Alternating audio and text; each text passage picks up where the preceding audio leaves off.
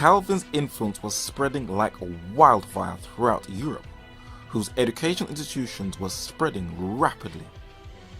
But in France, another movement was rising that was designed to crush all the influence of the Protestant Reformation.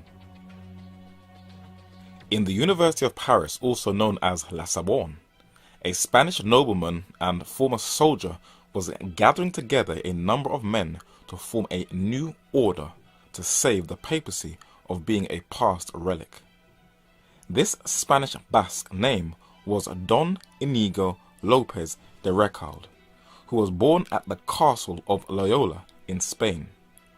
He is better known as Ignatius de Loyola, and this monk soldier in 1534, at the age of 40, was to gather in one of the oldest churches in France a group of men who called themselves the Society of Jesus. The men in black were labeled as the Jesuits by their Protestant enemies, either in Germany or in France, but the name, which had stigma at first, stuck, and they wore it as a badge of honor. Ignatius presented his credentials to Pope Paul III in 1540, and they were only meant to exist for a temporary basis, but they were so successful that they continued and were titled the Militari Regimini, the militant regiment of the Church, the shock troops of Rome. They took over the Inquisition, and though they produced a number of intellectuals and academic institutions, what they couldn't cope with intelligently, they destroyed. Why doesn't the generation of today know anything about them or European history? The Jesuits have learned to cover their tracks by carefully going into libraries and second-hand bookshops and destroying works that would enlighten anyone of their operations. But I believe that in the end, the truth will conquer. And before we go into France, let us briefly look at Asia. The Jesuits spread all over Asia, especially into Japan, where they infiltrated themselves into the samurai culture and formed an alliance with one of Japan's dictators, the shogun Oda Nobunaga.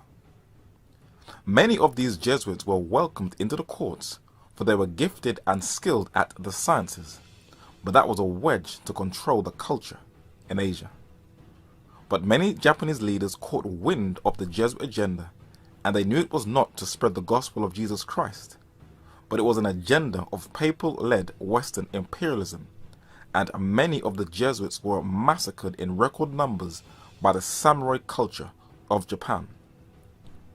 Today the Jesuits call these men martyrs, but secular writer Avram Manhattan, unlike most secular sympathetic papal apologists, knew exactly why the Japanese beheaded and expelled the Jesuits from their islands, and he gave the true historical account of what really took place.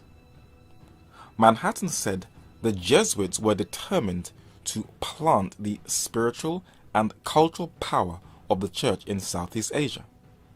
They attempted with varied success to influence the cultural and political top echelons of society. These missionaries found a powerful protector in Nobunaga, the military dictator of Japan.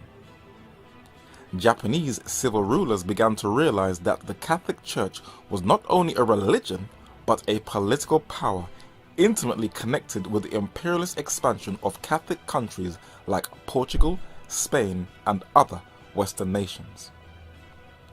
Whenever Japanese Catholics formed a majority, the Buddhists and members of other local faiths suffered.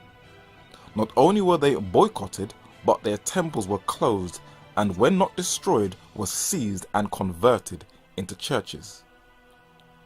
In 1587, Hideyoshi visited Kyushu, and to his astonishment found that the Catholic community had carried out the most appalling religious persecution. Everywhere he saw the ruins of Buddhist temples and broken Buddhist idols. The Catholics, in fact, had forcibly attempted to make the whole island of Kyushu totally Catholic. But the Italian Catholic director Martin Scorsese has been working on a project for 10 years, a film called Silence that portrays the Jesuits as martyrs in Japan, due for release in November 2015, and it will star Liam Neeson and Spider-Man Andrew Garfield, who, as the English Catholic press confirms, is studying Jesuit books to prepare him for the leading role in this film.